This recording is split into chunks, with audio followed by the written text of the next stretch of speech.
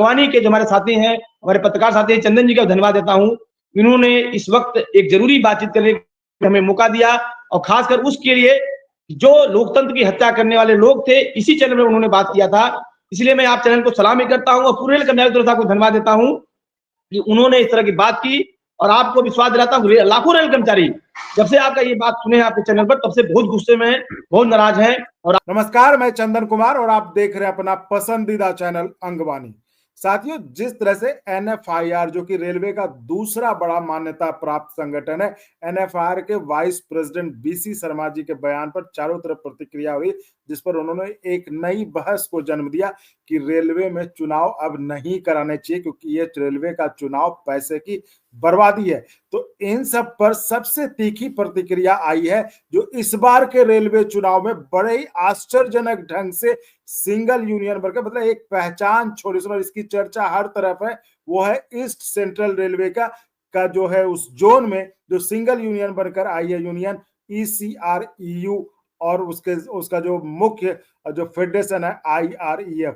तो उन दोनों ने बीसी शर्मा जी के बयान पर काफी कड़ी प्रतिक्रिया जताई। तो हमारे साथ IREF के वाइस प्रेसिडेंट डॉक्टर कमल उसरी जी और ECREU के जनरल सेक्रेटरी मृत्युंजय कुमार जी जुड़े हैं। हम उन्हीं से जानते हैं कि आखिर वो इतने नाराज क्यों हैं बीसी शर्मा जी के बयान पर। उनकी नाराजगी आप समझ सकते हैं, क्योंकि इस बार जो उन्हें जीत मिली है वो इन्हीं चुनाव के कारण मिली। अगर ये चुनाव नहीं होता तो ये आज उस मतलब खिताब वो नहीं मिलता उनको।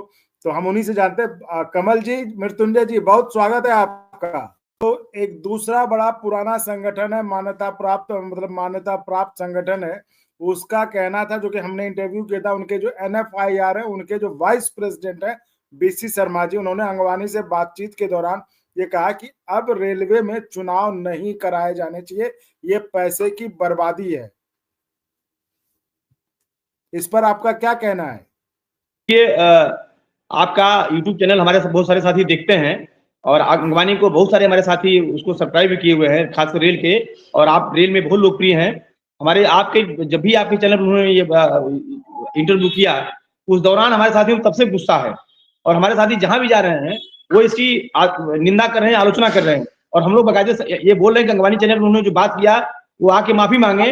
आज हम लोग हाजीपुर में थे, हमारे साथी परसों धनबाद में थे, हमारे महासचिव जी, वहां भी हम लोग मुगलसराय में थे, वहां भी, और खासकर आज हाजीपुर हम लोग थे, जो पूरे देश को, पूरी दुनिया को लोकतंत्र दिया, यानी अपनी बात रखने का। अगर आज लोकतंत्र न होता, आज चुनाव न होता, यकीनन हम आपसे बात नहीं कर रहे होते।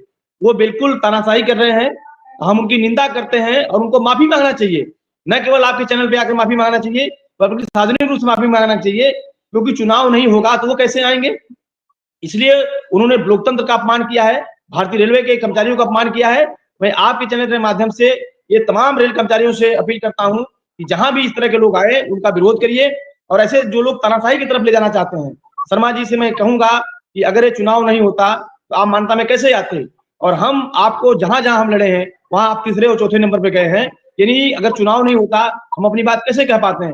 इसलिए लोकतंत्र है, और खासकर दुनिया का सबसे बड़ा लोकतंत्र भारत है, और देश में सबसे अधिक कर्मचारी अगर कहीं काम करते हैं भारतीय रेलवे में काम करते हैं, और लाखों कर्मचारियों ने अपने लोकतंत्र के अनुसार अपने मत का प्रयोग किया है। आप उनका अपमान कर रहे हैं। मैं आपके चैनल के माध्यम से आज शर्मा जी की निंदा करता हूं, और उनसे एक आग्रह करता हूं कि वो आके चैनल पर माफी मांगे, वरना हम लोग उनके खिलाफ कानूनी कार्रवाई करने की भी विचार कर सकते हैं। चंदन जी, संविधान ने हमें चुनाव 7 से पहले रेलवे में चुनाव नहीं होती थी। सुप्रीम कोर्ट ने इसे ऑर्डर देकर के रेलवे को चुनाव कराने का निर्देश दिया है। 2007 में भी चुनाव हुए, 2013 में भी चुनाव हुए, 2024 में भी चुनाव हुए। रेलवे की कमियां थी कि 2013 के बाद 2019 में चुनाव होना था, जो नहीं हुआ, जो 2013-24 में चुनाव हुआ। और ये दोनों यूनियन यदि इस तरह के लोकतंत्र के विरुद्ध की बात करते हैं, ऐसे यूनियनों की मान्यता सरकार को सीधे रद्द कर देना चाहिए, जो संविधान के विरुद्ध की बात करते हैं। मैं तो पूरी भर्त्सना करता हूं इनको जो है आपके चैनल के द्वारा हमें पता चला, अंगवानी के द्वारा हमें पता चला कि इन्होंने ऐसी बातें की हैं। मैं रेलवे एम्प्लॉय की तरफ से रेलवे कर्मचारी ऐसी चीजों का पुरजोर विरोध करता हूं, क्योंकि आज इसी के बदौलत तो कुछ जोनों में आए हैं, और हम भी कुछ जोनों में आए हैं। ये एक लोकतंत्र का अधिकार है, ये कर्मचारियों का अधिकार है अपना यूनियन, अपना नेता, अपना फेडरेशन, अपना राजनीतिक पार्टी चुनने का, जो सरकार ने हमें दिया है, जो संविधान ने हमें दिया है। वो इसे कुचलना चाहते हैं, ये तानाशाह की तरफ ले जाना चाहते हैं, इसे कतई बर्दाश्त नहीं किया जाएगा।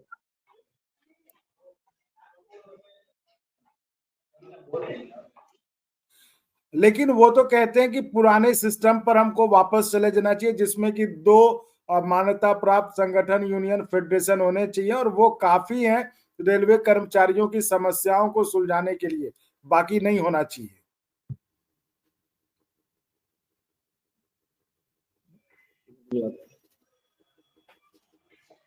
देखिए भाई, आपके चैनल के माध्यम से हम लोग, हमारे साथी ने भी बोला, आज में हम लोग जब हाजीपुर में थे, हजारों की संख्या में वहां रेलवे कर्मचारी था और बहुत गुस्से में था।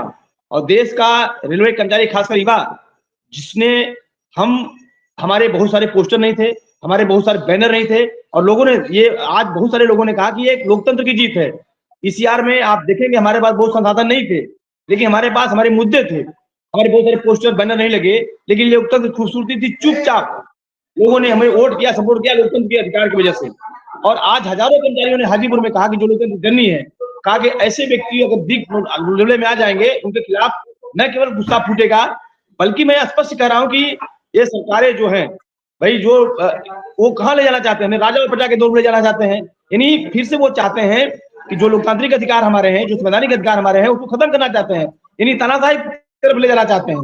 तो ये बहुत ही गलत है और बहुत ही निंदनीय है, खासकर एक डेमोक्रेटिक देश में, एक लोकतांत्रिक देश में। और भारत में सबसे अधिक अगर सरकारी कर्मचारी काम करता है तो भारतीय रेलवे में काम करता है, और भारतीय रेलवे में लाखों कर्मचारी जो काम करते हैं, ये उनका अपमान है और इसके लिए उनको माफी मांगना चाहिए। अगर वो माफी नहीं मांगते, आपके चैनल पर मैं पूरी जिम्मेदारी साथ कह रहा हूं, मैं इंडियन रेलवे एम्प्लॉय फेडरेशन के राष्ट्रीय उपाध्यक्ष के बतौर, हमारे बगल में हमारे ईसीआरयू के महासचिव हैं, हम विश्वास दिलाते हैं अगर इस तरह को नहीं करेंगे आके, तो हम उनके ऊपर कानूनी कार्रवाई करने के लिए भी विचार करेंगे। हम यकीनन कोर्ट की शरण में जाएंगे कि इन्होंने लोकतंत्र का अपमान किया है, और हजारों रेलवे कर्मचारियों में, लाखों कर्मचारियों में गुस्सा है। देखिए, हम आपके चैनल के माध्यम से ये तमाम रेल कर्मचारियों से आग्रह करना चाहते हैं, और खासकर शर्मा जी से, कि वो उन्होंने जो बोला है अपनी बात को माफी मांगे, क्योंकि ये लोकतंत्र का अपमान है, लाखों रेल कर्मचारियों का अपमान है। दूसरा, मैं रेल कर्मचारियों से अपील करना चाहता हूं कि जो लोकतांत्रिक अधिकार हमको लगातार लड़ने के बाद मिला है, रेल में चुनाव होने से वो तमाम ताकतें जो सड़क पर संघर्ष करती हैं, जो रेल कर्मचारी के मुद्दे उठाते हैं, उनको आने का मौका मिलता है, और नए लोग आते हैं, यकीनन रेल कर्मचारियों के हकों की नए तरीके से बात करते हैं। अगर ये चुनाव नहीं होंगे, इस तरह का बात चलेगी, ये तो लोकतंत्र की हत्या होगी। इसीलिए रेल कर्मचारी साथियों से अपील कर रहा हूं कि जिन लोगों ने ऐसी बातें कही हैं, उनकी निंदा करें, उनकी आलोचना करें। और मैं रेल कर्मचारी साथियों से अपील करना चाहता हूं कि हम जो, जहां हम लोग इंडियन रेलवे एम्प्लॉय फेडरेशन जीती है, उससे संबंध इन्होंने जीती हैं, वो आपके हक, आपके सम्मान के लिए पहले भी लड़ती रही है। आपने मुझे विश्वास दिलाया है, आगे भी लड़ेंगी। मैं इतना ही कहते हुए मैं अपनी बात समाप्त करता हूं। आप तमाम रेल कर्मचारियों की जिन्होंने इंडियन रेलवे एम्प्लॉय फेडरेशन संबंधी उनको समर्थन किया, उनके सहयोग से हम जीते हैं, उनका शुक्रिया करते हैं, उनका धन्यवाद देते हैं। और अंगवानी के जो हमारे साथी हैं, हमारे पत्रकार साथी चंदन जी का धन्यवाद देता हूं। इन्होंने इस वक्त एक जरूरी बातचीत करने का हमें मौका दिया, और खासकर उसके लिए जो लोकतंत्र की हत्या करने वाले लोग थे, इसी चैनल में उन्होंने बात किया था। इसलिए मैं आप चैनल को सलामी करता हूं और पूरे रेल कर्मचारी साहब को धन्यवाद देता हूं कि उन्होंने इस तरह की बात की। और आपको विश्वास दिलाता हूं, लाखों रेल कर्मचारी जब से आपका ये बात सुने हैं आपके चैनल पर, तब से बहुत गुस्से में हैं, बहुत नाराज हैं, और आपने रेल कर्मचारियों की बात रखने का आपने मौका दिया, इसके लिए हम आपको भी धन्यवाद देते हैं। चंदन जी, अंगवानी की तरफ से मैं रेल कर्मचारियों को कहना चाहता हूं, संदेश देना चाहता हूं कि आपने जीत नहीं, हमें एक जिम्मेदारी दी है। ये बहुत बड़ा जोन है, जिसकी बहुत बड़ी जिम्मेदारी हमारे कंधों पर डाली गई है। मैं बखूबी इसका निर्वहन करने का भरपूर प्रयास करूंगा, और जिस सिद्धांत पर हमने यहाँ तक पहुंचा है, जिस संघर्ष के बल पर यहाँ तक पहुंचे हैं, उस संघर्ष को मंजिल तक पहुंचाएंगे, कर्मचारियों के साथ मिलकर लड़ेंगे, और ओपीएस निजीकरण जैसे कर्मचारियों के हितों के मुद्दों पर लड़ाई लड़ेंगे और मिलकर जीतेंगे। इसी के साथ मैं एलडीसी ओपन टू ऑल, इन सब मुद्दों पर लड़ाई लड़ी जाएगी, और हम यकीनन इस पर सफलता पाएंगे। मैं अंगवानी का बहुत बहुत धन्यवाद करता हूं। इस सेंट्रल रेलवे के सारे कर्मचारियों का धन्यवाद देता हूं, शुक्रिया अदा करता हूं। उन्होंने मुझे एक जिम्मेदारी दिया है, और मैं इस जिम्मेदारी का हर पल निर्वहन करूंगा।